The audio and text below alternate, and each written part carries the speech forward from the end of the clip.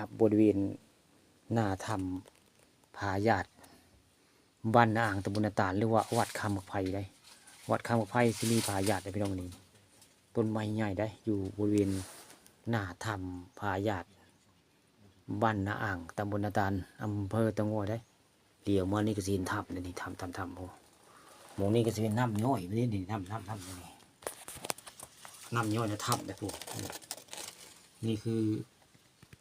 ถ้ำผาหยาดบ้านนาอ่างตำบลนาตาลแล้วนี่คือภาพบริเวณในถ้ำนั่นนี่ถ้ำผาหยาดบ้านนาอ่างตำบลนาตาลอำเภอเตางอยแล้วนี่มีต้นไม้ใหญ่อยู่หน้าผาได้พี่น้องในหน้าผาหน้าถ้ำได้สูงโมนี่ถ้ำนี่สูงบ่เป็นธรรมดาได้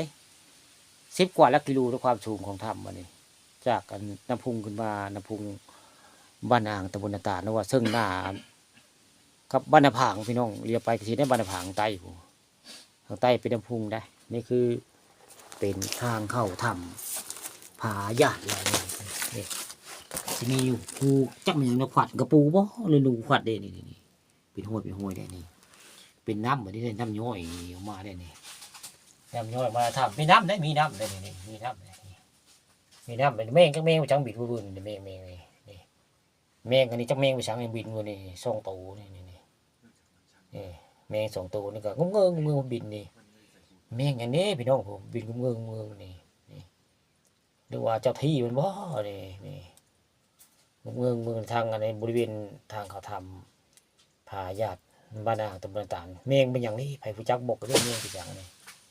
จักแมงอย่างได้ผู้ฆ่าผมจักแมงส่งตัวบินงงนี่คือทางเขาทำผาหยาด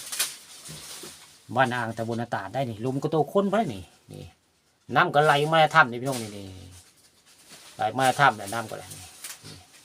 ลุมคนพอได้บ่งแล้วนี่เข้าไปไก่รวมกับตัวคนในบริโภมได้นี่มาถ่ายไก่พี่น้องนี่คือ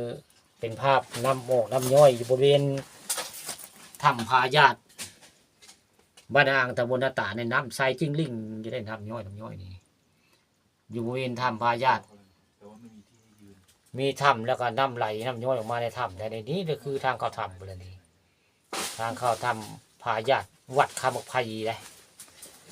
บ้านนาอ่างตำบลนาตาลเมื่อนี้มาพ่อทำน้ำไหลน้ำย่อยได้นี่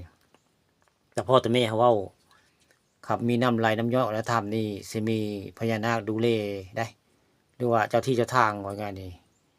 มีเหล็กไหลเนี่ยเจ้าแบบนี้มีเหล็กไหลอยู่ในถ้ำนี่แหละนี่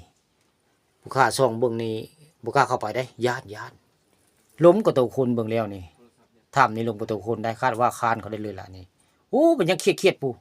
เครียดตัวนึงดองมาเลยดองเข้าไปแล้วผู้มีเขาเครียดไปพี่น้องเครียดก็มีตัวนึงได้เห็นที่มันดองกิน